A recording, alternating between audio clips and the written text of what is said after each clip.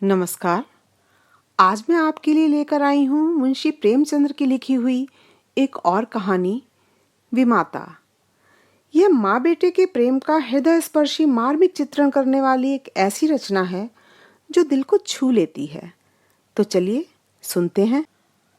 स्त्री की मृत्यु के 3 ही मास बाद पुनर्विवाह करना मृतात्मा के साथ ऐसा अन्याय और उसकी आत्मा पर ऐसा आघात है जो कदापि क्षम्य नहीं हो सकता। मैं यह कहूँगा कि उस स्वर्गवासिनी की मुझसे अंतिम प्रेरणा थी और ना मेरा शायद यह कथन ही मान्य समझा जाए कि हमारे छोटे बालक के लिए माँ की उपस्थिति परम आवश्यक थी। परंतु इस विषय में मेरी आत्मा निर्मल है और मैं आशा करता हूँ कि स्वर्गलोक में मेरे इस कार्य की निर्दय आलोचना न की जाएगी। सारांश यह कि मैंने विवाह किया और यद्यपि एक नवविवाहिता वधू को मातृत्व उपदेश बेसुरा राग था, पर मैंने पहले ही दिन अम्बा से कह दिया कि मैंने तुमसे केवल इस अभिप्राय से विवाह किया है कि तुम मेरे भोले बालक की माँ बनो और उसके हृदय से उसकी माँ की मृत्यु का शोक भुला दो। 2 मास व्यतीत हो गए। मैं संध्या समय मुन्नू को साथ लेकर वायु सेवन को जाया करता था। लौटते समय कतिपय मित्रों से भी भेंट कर लिया करता था। उन संगतों में मुन्नू श्यामा की भांति चहकता। वास्तव में इन संगतों से मेरा अभिप्राय मनोविनोद नहीं, केवल मुन्नू के असाधारण बुद्धि चमत्कार को प्रदर्शित करना था। मेरे मित्रगण जब मुन्नू को प्यार करते और उसकी विलक्षण बुद्धि की सराहना करते तो मेरा हृदय बांसों उछलने लगता। एक दिन मैं मुन्नू के साथ बाबू ज्वाला सिंह के घर बैठा हुआ था। ये मेरे परम मित्र थे।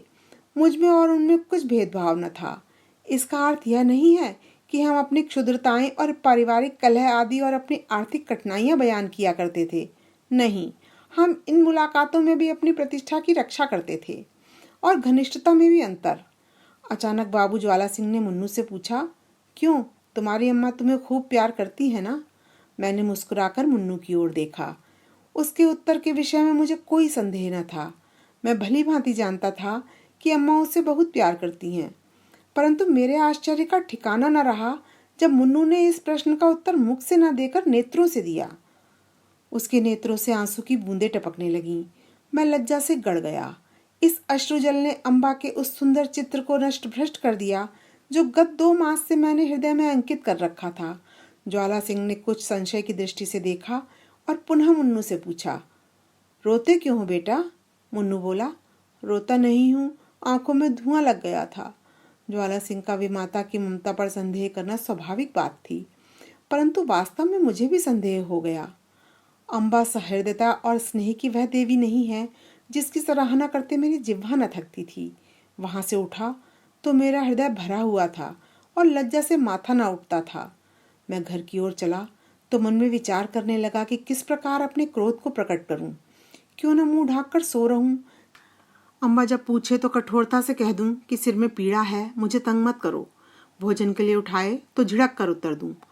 अम्बा अवश्य समझ जाएगी कि कोई बात मेरी इच्छा के प्रतिकूल हुई है। मेरे पांव पकड़ने लगेगी। उस समय अपनी व्यंग्यपूर्ण बातों से उसका हृदय बेद डालूंगा, ऐसा रुलाऊंगा कि वह भी याद करे।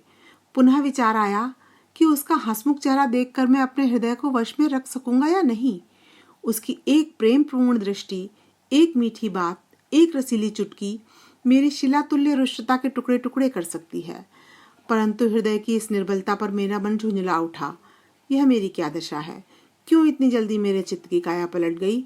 मुझे पूर्ण विश्वास था कि मैं इन मृदुल वाक्यों की आंधी और ललित कटाक्षों के बहाव में भी अचल रह सकता हूँ, और कहाँ अब यह दशा हो गई कि मुझ में साधारण झोंके को भी सहन करने की सामर्थ्य नहीं। इन विचारों से हृदय में कुछ दृढ़ता आई। जिस पर भी क्रोध की लगाम पग पग पर ढीली होती जाती थी। अंत में मैंने हृदय को बहुत दबाया और बनावटी क्रोध का भाव धारण किया।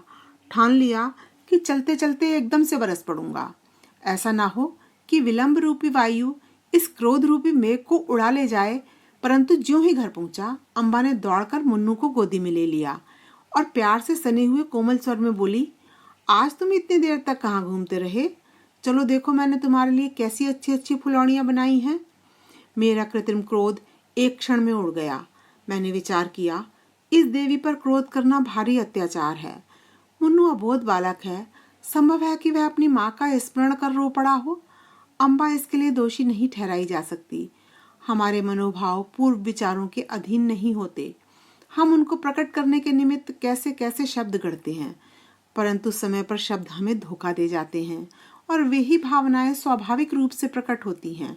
मैंने अम्बा को न तो कोई व्यंगपूर्ण बातें ही कहीं और न क्रोधित होकर मुंह ढांककर सोया ही, बल्कि अत्यंत कोमल स्वर में बोला, मुन्नू ने आज मुझे अत्यंत लज्जित किया।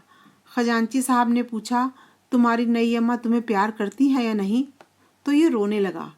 मैं लज्जा से गड़ गया। मुझे तो स्वप्न में भी यह विचार नहीं हो सकता कि तुमने इसे कुछ कहा होगा, परंतु अनाथ बच्चों का हृदय उस चित्र की भांति होता है जिस पर एक बहुत ही साधारण पर्दा पड़ा हुआ हो। पवन का साधारण झोंका भी उसे हटा देता है। ये बातें कितनी कोमल थीं, तिस पर भी अम्बा का विकसित मुखमंडल कुछ मुरझा गया। वह सजल नेत्र होकर बोली, इस बात का विचार तो मैंने यथासाध्य पहले ही दिन से रखा है, परंतु यह असंभव है कि मैं मुन्नू के हृदय से माँ का शोक मिटा दूं। मैं चाहे अपना सर्वस्व अर्पण कर दूं, परंतु मेरे नाम पर जो सौतेलेपन की कालिमा लगी हुई है वह मिट नहीं सकती। मुझे भय था कि इस वार्तालाप का परिणाम कहीं विपरीत न हो, परंतु दूसरे ही दिन मुझे अम्बा के व्यवहार में बहुत अंतर दिखाई देने लगा। मैं उसे प्रातः सायंकाल पर्यंत मुन्नू की ही सेवा में लगी हुई देखता, यहाँ तक कि उस धुन में उसे मेरी भी चिंता न रहती। परंतु मैं ऐसा त्यागी न था कि अपने आराम को मुन्नू पर अर्पण कर देता। कभी कभी मुझे अम्बा की यह अश्रद्धा न भाती, परंतु मैं कभी भूलकर भी इसकी चर्चा न करता था। एक दिन मैं अनियमित रूप से दफ्तर से कुछ पहले ही आ गया। क्या देखता हूँ कि मुन्नू द्वार पर भीतर की ओर मुख किए खड़ा है। मुझे इस समय आंख मिचौली खेलने की सूझी। मैंने दबे पांव पीछे से जाकर उसके नेत्र मूंद लिए, पर शोक उसके दोनों गाल अश्रुपूरित थे। मैंने तुरंत दोनों हाथ हटा लिए। ऐसा प्रतीत हुआ मानो सर्प ने डस लिया हो। हृदय पर एक चोट लगी। मुन्नू को गोद में लेकर बोला, मुन्नू क्यों रोते हो? यह कहते कहते मेरे नेत्र भी सजल हो आए। मुन्नू आंसू पीकर बोला, जी नहीं, रोता नहीं हूँ। मैंने उसे हृदय से लगा लिया और कहा, अम्मा ने कुछ कहा तो नहीं? मुन्नू ने सिसकते हुए कहा, जी नहीं, मुझे वह बहुत प्यार करती हैं। मुझे विश्वास न हुआ। पूछा, वह प्यार करती हैं तो तुम रोते क्यों हो? उस दिन खजांची के घर भी तुम रोए थे। तुम मुझसे छिपाते हो। कदाचित तुम्हारी अम्मा अवश्य तुमसे कुछ क्रुद्ध हुई हैं। मुन्नू ने मेरी ओर कातर दृष्टि से देखकर कहा, जी नहीं, वह मुझे बहुत प्यार करती हैं, इसी कारण मुझे बारंबार रोना आता है। मेरी अम्मा मुझे अत्यंत प्यार करती थीं, वह मुझे छोड़कर चली गईं।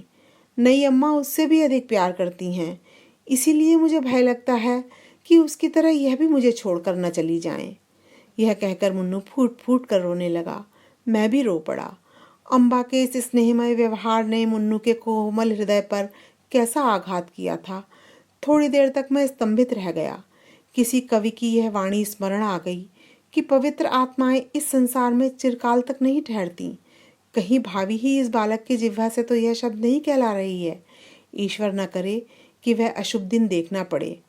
परंतु मैंने तर्क द्वारा इस शंका को दिल से निकाल दिया। समझा कि माता की मृत्यु ने प्रेम और वियोग में एक मानसिक संबंध उत्पन्न कर दिया है और कोई बात नहीं है।